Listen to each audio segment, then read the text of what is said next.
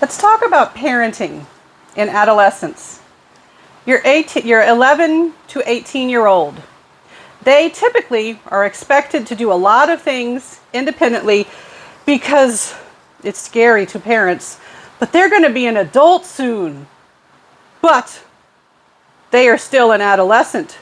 They have all of those cognitive limitations and impulsivity and lack of life experience. Things that we've acknowledged previously. You still have to watch over them. You still have to keep them safe and teach them things about the world. So you still have to parent, but what parents are generally expected to do during adolescence is very different than what they had to do with like a toddler or even an 8-year-old.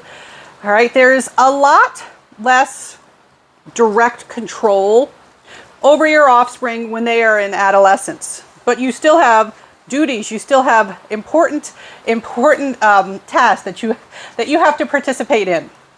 Now, you may have heard it's hard to parent teenagers, to parent adolescents. Yes, true. Research does support that. You may or may not be aware that things like conflict, family conflict is not just common during adolescence. Parent-adolescent conflict peaks in early adolescence, kind of like your middle school years in the United States, 11 to 14-ish, all right? And sometimes people think that this conflict is a sign that the adolescent is distancing themselves from their parent or that they don't have a healthy relationship with their parent. Actually, research does not support that.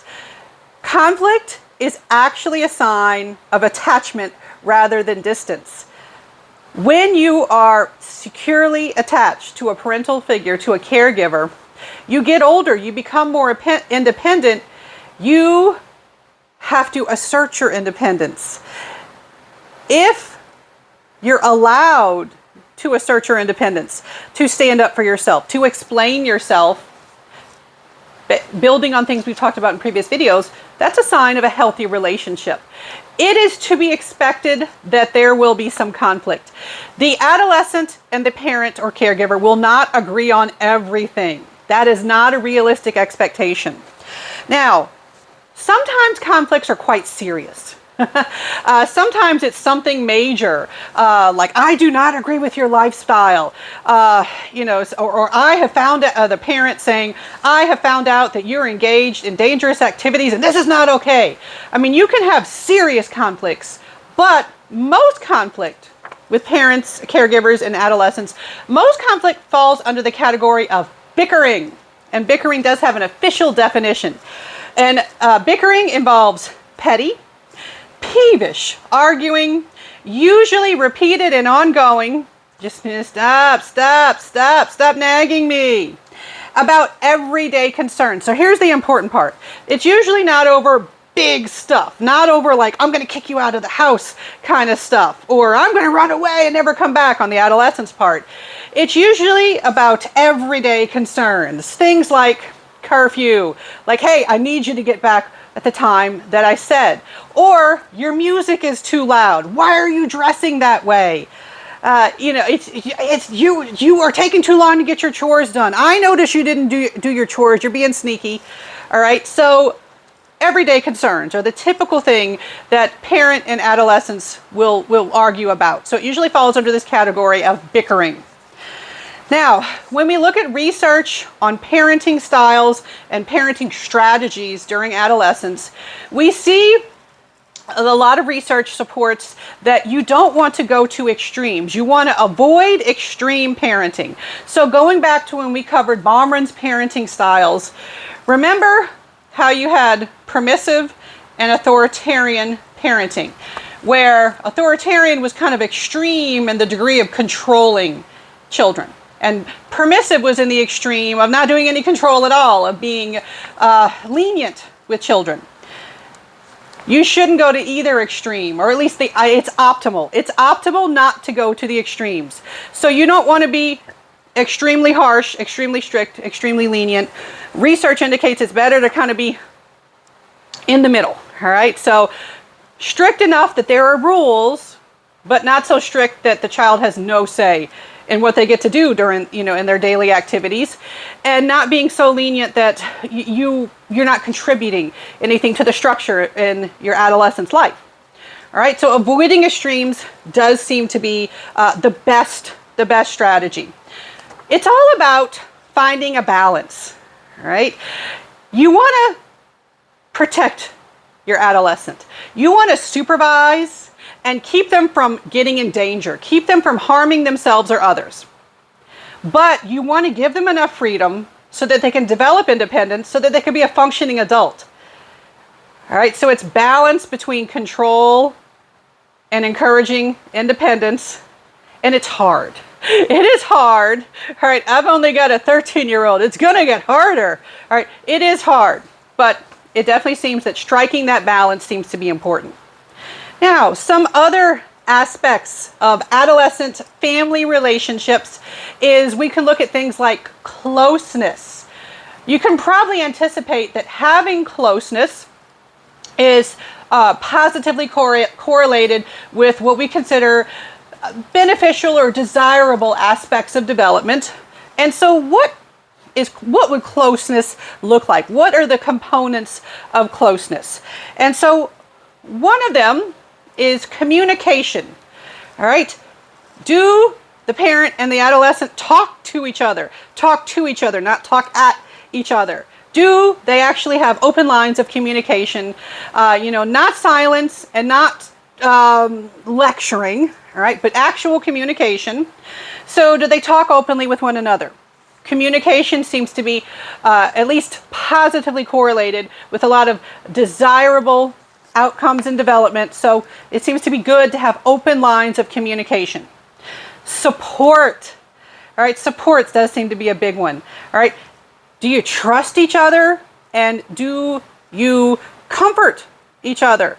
All right, so like the adolescent goes through something stressful, devastating. It could be a breakup. It could be doing poorly at school, experiencing a natural disaster, stress about their lives, dealing with being a sexual minority. There are all sorts of things that come into play where you have to play that role of support. When caregivers are seen as a source of support, that they try to boost you up when you are feeling down, that does seem to be beneficial. So support is important. Connectedness, emotional closeness, all right? Not just talking to each other, but having trust, being able to talk, all right? If you can actually share your feelings with family members, if the adolescent has a feeling like, oh, well, I can't talk to them, they wouldn't understand, that's not a good sign for connectedness. With connectedness, it's kind of like when you talk about close friendships. The same sort of things you'd look at for a close friendship, you look at that in families too. So connectedness seems to be important. And then control. As mentioned previously, having that nice moderate amount of control. Having some control, but not so much that the child's like, okay, well, they dictate what I do. I have no independence or autonomy. So encouraging or limiting adolescents' independence. Being too controlling is not beneficial. But being not controlling at all, you don't want to go to the extremes in control. Now, the final thing that I'm going to cover about families is this concept of parental monitoring. Lots of research on parental monitoring and its benefits, and it does seem to be particularly relevant to parenting adolescents. All right, so monitoring is a type of parenting behavior that involves awareness of what their children are doing, where and with whom. All right, so this is not controlling children. This is not spying on children. This is having an awareness of what they're up to, who they're interacting with. And some parents kind of mistakenly think, well, I can do that if I spy on them. If I take their phone and go through their texts and apps, and I make sure that all conversations that they have with their friends are in front of me and I can follow them around. Not that style. Right? Monitoring works best when it is in the context of closeness. All right, monitoring works best when the child trusts you enough to tell you the truth about their life and what they're up to and what they're thinking about and who they are talking to, who they're interacting with, not keeping secrets, not needing to keep secrets because they trust you. And so parental monitoring, you don't want to be completely clueless about what your child is up to or who they're interacting with, especially if they're interacting with somebody who's a negative influence. We're getting to the point where we talk about peer influences. All right, so you want to know what they're doing, but they should trust you enough to tell you that you shouldn't need to resort to spying to get that information. And so it works best as part of a warm, supportive relationship, and it backfires when it is part of an overly restrictive or controlling relationship, because then guess what the child learns to do? They learn to be sneakier, to hide, and to not tell you anything. And that's not a desirable situation. The worst use of monitoring happens when parents make the child feel guilty. They use psychological control to the extreme, and they impose gratefulness by threatening to withdraw love and support. All right, so we've talked about psychological control and how it can be manipulative. It can really backfire when you make everything conditional, where you basically try to get the child to thank you for their existence and feel guilty for every transgression that doesn't meet with your approval. All right, so that does not work well for encouraging healthy child development. That just makes them want to get away from you. The most effective use of parental monitoring is within a warm, supportive relationship with a balance of control. All right, next videos will be about peer influences.